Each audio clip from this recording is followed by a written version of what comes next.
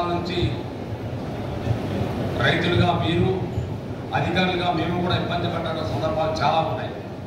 ఎందుకంటే ధరణి చట్టంలో ఒక రూల్ అనేది లేకుండా చట్టం తీసుకురాబడింది.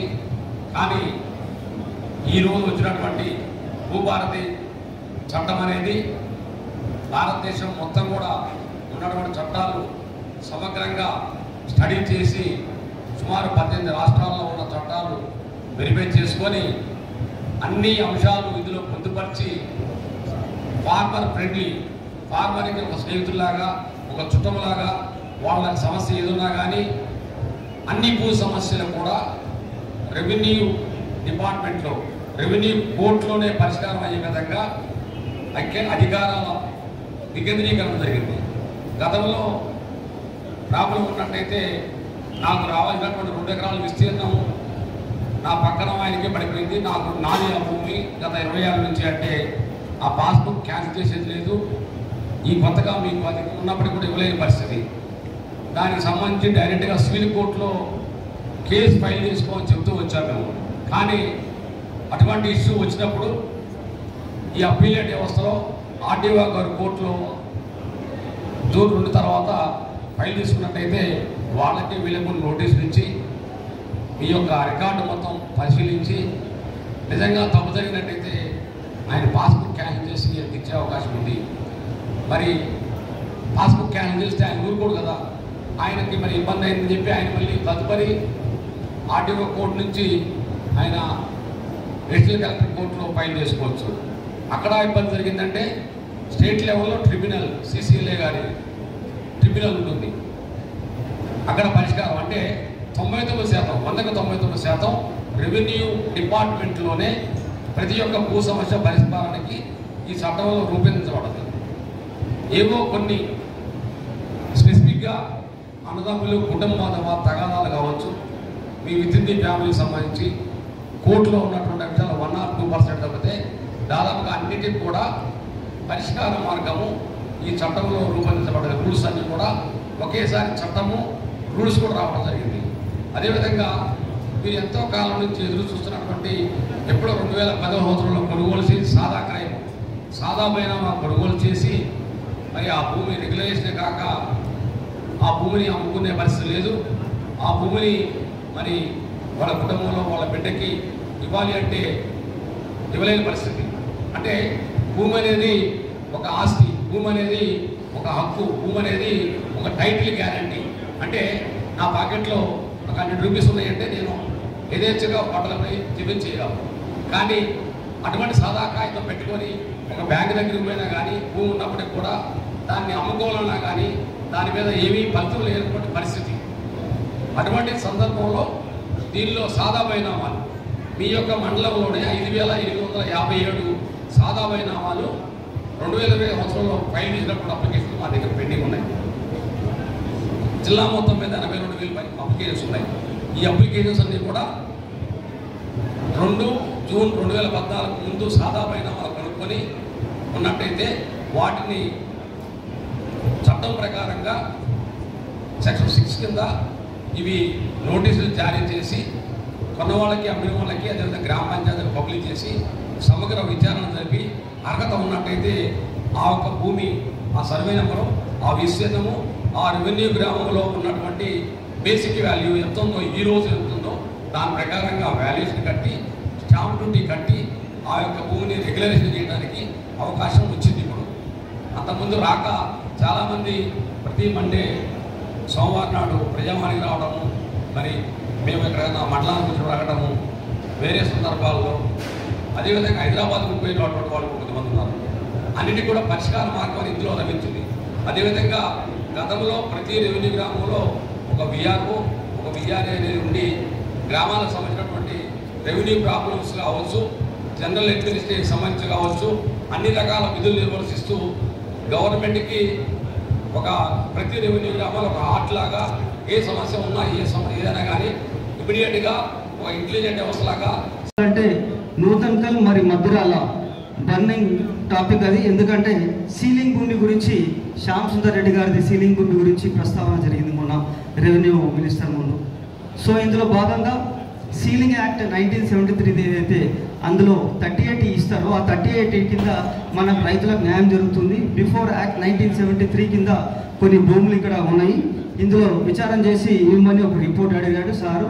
సో దాంట్లో కూడా మేము ఈ 2-3 రోజుల్లో కూడా మేము ఈ బ్రీఫ్ నోట్ కూడా తయారు చేస్తాం.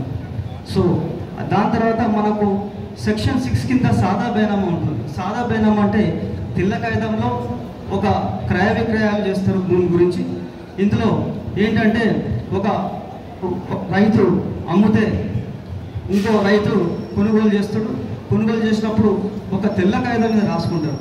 అందులో వాళ్ళు సర్వే నెంబర్ అన్నా కానీ ఎక్స్టెంట్ అన్నా కానీ ఇంత అమౌంట్ మేము కట్టినామని ఉంటే అప్పుడు ఆర్డీఓ విచారం చేసి అది కూడా ఆ పిటిషన్స్ 12/10/2020 నుంచి 10/11/2020 దాకా అంటే సుమారు ఒక నియర్లీ 1 మంత్ అందులో పిటిషన్స్ ఇస్తారు.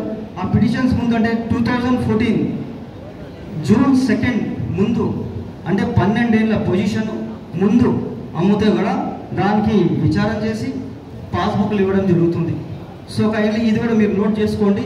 సెక్షన్ 6 అంటే సాదా బేనామాలు కూడా మనము ఈ భూ భారతి చట్టం కింద మనం అప్లికేషన్ కూడా తీసుకోవచ్చని నేను కోరుకుంటున్నాను. అదేవిధంగా మనకు విలేజ్ అకౌంట్స్ అని ఒకటి ఉంటుంది. ఈ విలేజ్ అకౌంట్స్ ఏంటంటే మనకి ఎవ్రీ 31st of December అంటే క్రయ విక్రయాలు ఇయర్ మొత్తం అవుతూ ఉంటాయి. సో జనవరి, ఫిబ్రవరి ఇట్లా ఎవ్రీ డిసెంబర్ అంటే 31st రికార్డ్ అప్డేట్ చేసింది. ఆ రికార్డ్ అనేది మాకు పబ్లిక్ డొమైన్లో పెడతాము. మీరు చూసుకోవచ్చు. రైతులంతా మీ ఖాతా నంబర్ అన్నా కానీ మీ సర్వే నెంబర్ అన్నా కానీ మీ ఎక్స్టెంట్ అన్నా కానీ ఎంత విస్తరణ ఉందో మీ పేర్లు ఉన్నాయో లేవో చూసుకోవచ్చు. సో ఎవ్రీ ఇయర్ 31వ తారీఖు మనము అంటే డిసెంబర్ 31వ తారీఖు మనము ఈ భూభారతి యాప్లో కూడా మీరు చూసుకోవచ్చు. మీ తప్పులున్నా కూడా మళ్ళా మీరు తహసీల్దార్ అన్నా కానీ ఆర్డీఓ దగ్గర కన్నా వెళ్ళొచ్చు. సో దాని తర్వాత మనకు ఈ సెక్షన్ 13 ఏంటంటే ఏమన్నా ప్రాబ్లం ఉన్నా అంటే కోర్టుకి వెళ్ళొచ్చు.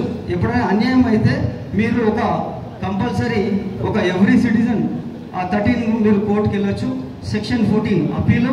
సో ఇట్లాంటి మనకు ఈ ఏదైతే మనకు ఇబ్బందులు ఉంటే భూ ఇబ్బందులు ఉంటే ఇవన్నీ మనము తీర్చుకోవచ్చు. చాలా ఫ్రెండ్లీ యాప్ ఇది భూభారతి యాప్. ఆ యొక్క కాన్ఫరెన్స్ సంబంధించి ఆర్డీఓ కన్వీనర్గా ఒక అసైన్మెంట్ కమిటీ ఉంటుంది.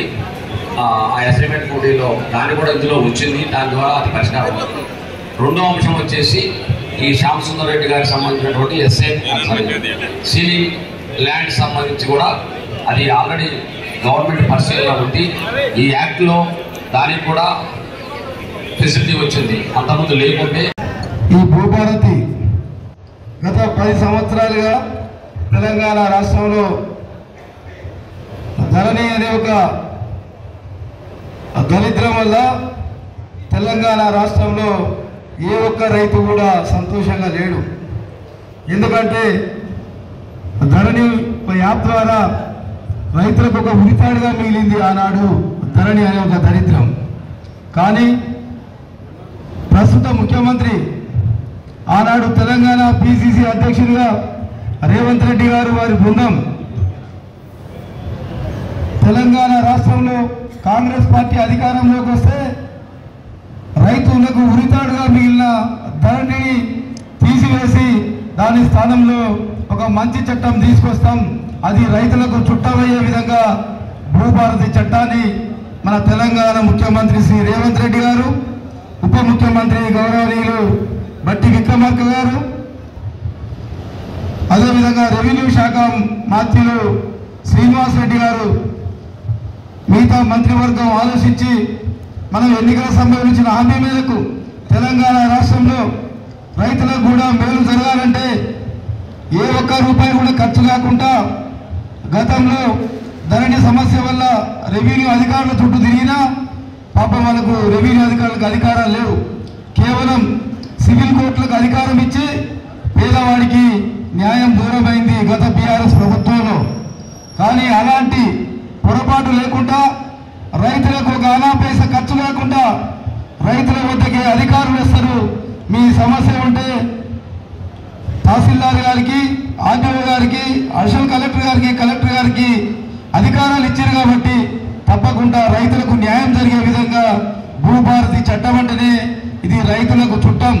అందుకే మీరందరూ కూడా గౌరవ ముఖ్యమంత్రి గారు తెలంగాణ రాష్ట్రంలో జిల్లా కలెక్టర్ల ఆధ్వర్యంలో ప్రతి మండలంలో రెవెన్యూ సదస్సులు నిర్వహించి రైతులకు అవగాహన కల్పించి తప్పకుండా మీకు న్యాయం జరిగే విధంగా ఈ తెలంగాణ ప్రజాప్రభుత్వం రేవంత్ రెడ్డి గారి ప్రభుత్వం తప్పకుండా రైతులకు మిగతా అన్ని వర్గాల ప్రజలకు కూడా ఇలా మహిళలను కూడా కోటీశ్వరులు చేసే విధంగా ఈ ప్రభుత్వం ప్రయత్నం చేస్తుంది.